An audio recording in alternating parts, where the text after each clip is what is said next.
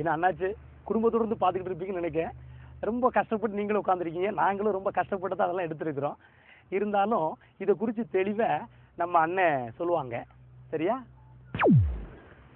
தம்பி நம்மளை குறித்து சொன்னார். அதாவது அன்பு மக்களை, நம்ம கடவுள் சாகாதவர், அவர் என்றென்று வாழ்கின்றவர் அப்படிங்கிற இந்த பாட்டை நீங்கள் பார்க்க போகிறீங்க. என்ன அப்படின்னா, நம்ம ஆண்டவர் அவர் பிறந்தார், வளர்ந்தார், கடவுளுடைய திட்டத்துக்காக தன் உயிரையே அர்ப்பணித்தார். இந்த உலகத்தில் ஆண்டவராக இயேசு கிறிஸ்து அவர் இறந்து 3ஆம் நாள் உயிர்த்தெழுந்தார்னா அது இயேசு கிறிஸ்து மாத்திரம்தான். எத்தனையோ மகான்கள் தோன்றினாங்க, அறிஞர்கள் தோன்றினாங்க, ஞானிகள் தோன்றினாங்க, எல்லாருடைய கல்லறையும் புல்லு முளைச்சி தான் கிடக்குது. ஆனால் இறந்து உயிர்த்தெழுந்த ஒரே ஒரு தெய்வம் இயேசு கிறிஸ்து தான். அதுக்கு அடையாளம் நம்ம பாலஸ்தீன நாட்டில் பார்க்குறோம். அவருடைய கல்லறை மட்டும் இன்னைக்கு திறந்திருக்கு. அது ஒன்றே போதும். இயேசு கிறிஸ்து இன்றைக்கும் அவர் உயிரோடு இருக்கிறார், வாழுகிறார். இந்த மொத்த உலகத்தையும் அவர் ஆட்சி செய்ய மீண்டு வருவார். நன்றி, வணக்கம்.